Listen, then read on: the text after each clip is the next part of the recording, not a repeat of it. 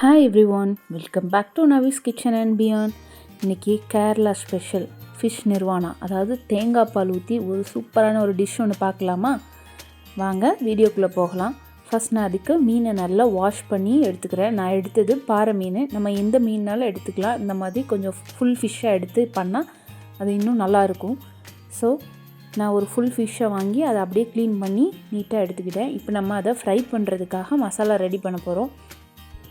இப்போ பார்த்திங்கன்னா Kashmiri chilli powder வந்து நான் 2 ஸ்பூன் எடுத்துக்கிறேன். இது வந்து உரப்பு இருக்காது அப்படிங்கிறதுனால இதை நான் கலருக்காக 2 ஸ்பூன் சேர்த்துக்கிட்டேன். அது போக நார்மல் சில்லி பவுடர் அது ஒரு 1 ஸ்பூன் சேர்த்துக்கிட்டேன். 1 ஸ்பூன், அதாவது இது குட்டி ஸ்பூன் அப்படிங்கிறதுனால 1 ஸ்பூன் சேர்த்துருக்கேன். நீங்கள் பெரிய ஸ்பூன் யூஸ் பண்ணுறீங்கன்னா 1 ஸ்பூன் யூஸ் பண்ணிக்கோங்க.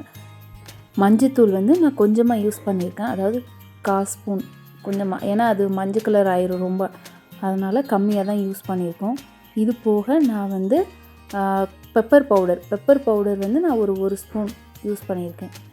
பெப்பர் பவுடர் போட்டு நார்மலாகவே ஃபிஷ் நீங்கள் ஃப்ரை பண்ணுறீங்கன்னா பெப்பர் பவுடர் யூஸ் பண்ணிக்கோங்க. ஃபிஷ்ஷோட டேஸ்ட் வந்து நல்லாயிருக்கும். அது போக இப்போது சால்ட் சேர்த்துக்கலாம். லாஸ்ட்டாக சால்ட் வந்து நான் ஒரு ஸ்பூன் ஃபுல்லாகவே சேர்த்துக்கிறேன். ஏன்னா பெரிய மீன் அப்படிங்கிறதுனால 1 ஸ்பூனும் கொஞ்சமும் போட்டுக்கிட்டேன். இப்போ பார்த்திங்கன்னா இதை எல்லாமே வந்து நம்ம அப்படியே மசாலா மிக்ஸ் பண்ணி எடுக்க வேண்டியதான். ஃபஸ்ட்டு கொஞ்சமாக அதில் எண்ணெய் ஊற்றி மிக்ஸ் பண்ணிக்கிறேன். ஆனால் எண்ணெய் ஃபுல்லாக ஊற்றி மிக்ஸ் பண்ண முடியாது, உங்களுக்கு பத்தாது. அதனால் இதை நான் மிக்ஸ் பண்ணிவிட்டு மீதிக்கு வந்து நான் வந்து தண்ணி ஊற்றி ஃபுல்லாக அப்படியே கலக்கி எடுத்துக்க போகிறேன்.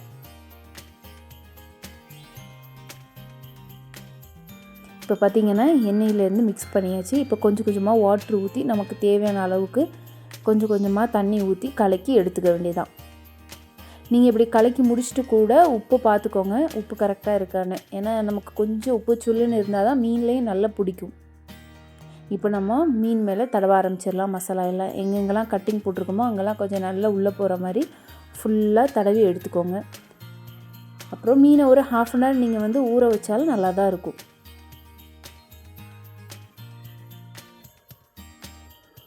பார்த்திங்கன்னா நான் மசாலா எல்லாம் தடவிட்டு ஃபிஷ்ஷை வந்து ஒரு மணி நேரம் அப்படியே வச்சுட்டேன், ஊறட்டும்னு இந்த மசாலாவில் வச்சுட்டு அதுக்கப்புறம் தான் நான் ஃப்ரை பண்ணி எடுத்தேன். இப்போ பார்த்திங்கன்னா நம்ம ஃபுல்லாக ஃபிஷ்ஷில் மசாலா தடவி சூப்பராக எடுத்தாச்சு. இப்போ அடுத்தது நம்ம வந்து ஃப்ரை பண்ணி எடுக்கணும். அதுக்கு கொஞ்சம் நேரம் ஊறட்டும் மீன்.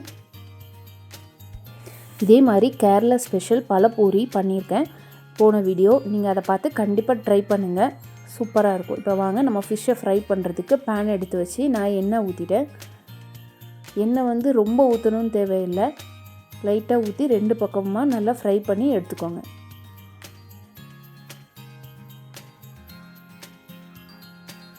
இப்போ பார்த்திங்கன்னா நம்ம ஃப்ரை பண்ண வச்சாச்சு.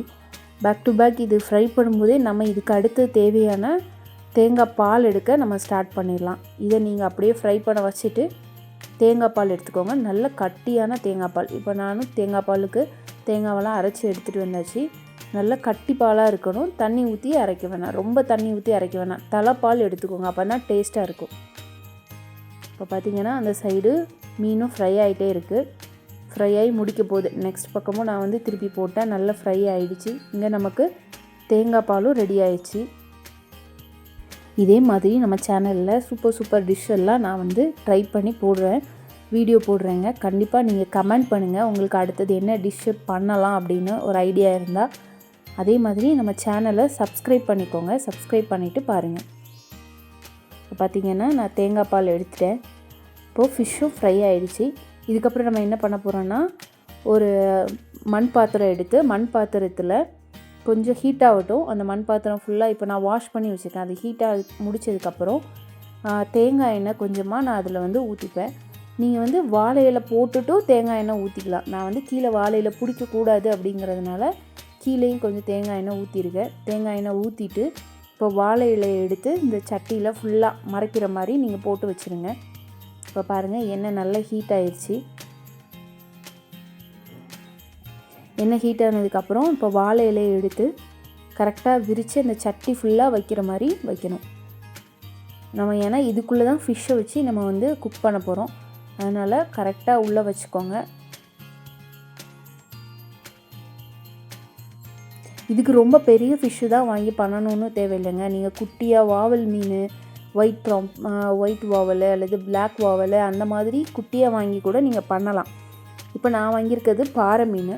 இப்போ பார்த்திங்கன்னா இலையை உள்ளே போட்டுட்டேன். அது அந்த எண்ணெயிலே தான் அந்த இலை வந்து அந்த இலையோட டேஸ்ட்டும் அந்த எண்ணெயோட டேஸ்ட்டும் அந்த ஃபிஷ்ஷில் இறங்கி நல்லாயிருக்கும்.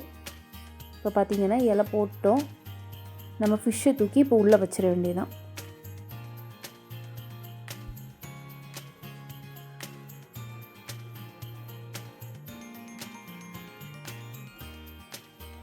இப்போ பார்த்திங்கன்னா இலையுமே நமக்கு நல்ல ஹீட் வந்துருச்சு. இப்போ நம்ம அந்த ஃபிஷ்ஷை தூக்கி அப்படியே ஃப்ரை பண்ண ஃபிஷ்ஷை தூக்கி உள்ளே வச்சிடலாம்.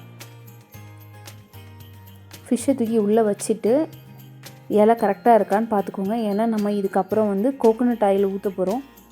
ஸோ அதனால் அங்கங்கே கேப் எதுவும் இல்லாமல் கரெக்டாக இருக்கிற மாதிரி பார்த்துக்கோங்க. இப்போ நான் கரெக்டாக வச்சுட்டேன். இதுக்கு அடுத்தது நம்ம கோகோனட் மில்கை ஊற்றிட வேண்டியதான். கட்டி பால் தான் எடுத்து வச்சுருக்கேன். கட்டியாக பால் எடுத்துக்கோங்க, அப்போ தான் நல்லாயிருக்கும் டேஸ்ட்டு. அதெல்லாம் அப்படியே ஊற்றிட வேண்டியதான். ஊற்றி அப்படியே ஒரு 5-10 மினிட்ஸ் போட்டோன்னா இந்த ரெசிபி ரெடி ஆயிரும். இப்போ இந்த தேங்காய் பாலை ஊற்றுனதுக்கப்புறம் உள்ளே நம்ம வந்து பச்சை மிளகா, இஞ்சி, கருவேப்பிலை, மாங்காய் இருந்தால் மாங்காய் இதெல்லாம் சேர்த்துக்கலாம். இப்போ நான் வந்து இதுக்கு ஒரு 2 பச்சை மிளகா சேர்த்துக்கிட்டேன், க்ரீன் சில்லி.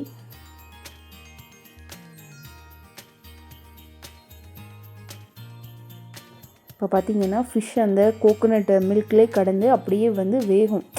அந்த கோகோனட் மில்கோட டேஸ்ட் வந்து அந்த ஃபிஷ்ஷில் இறங்கி ரொம்ப நல்லாயிருக்கும்.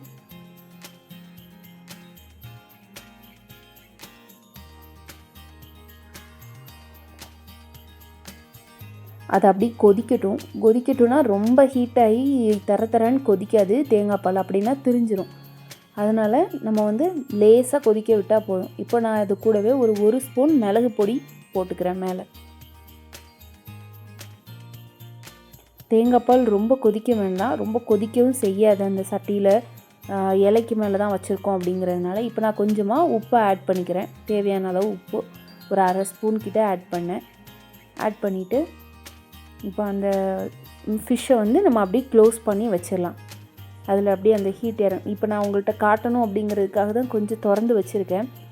நீங்கள் இதெல்லாம் வந்து ஆட் பண்ணிவிட்டு க்ளோஸ் பண்ணி வச்சுருங்க லீட் போட்டு.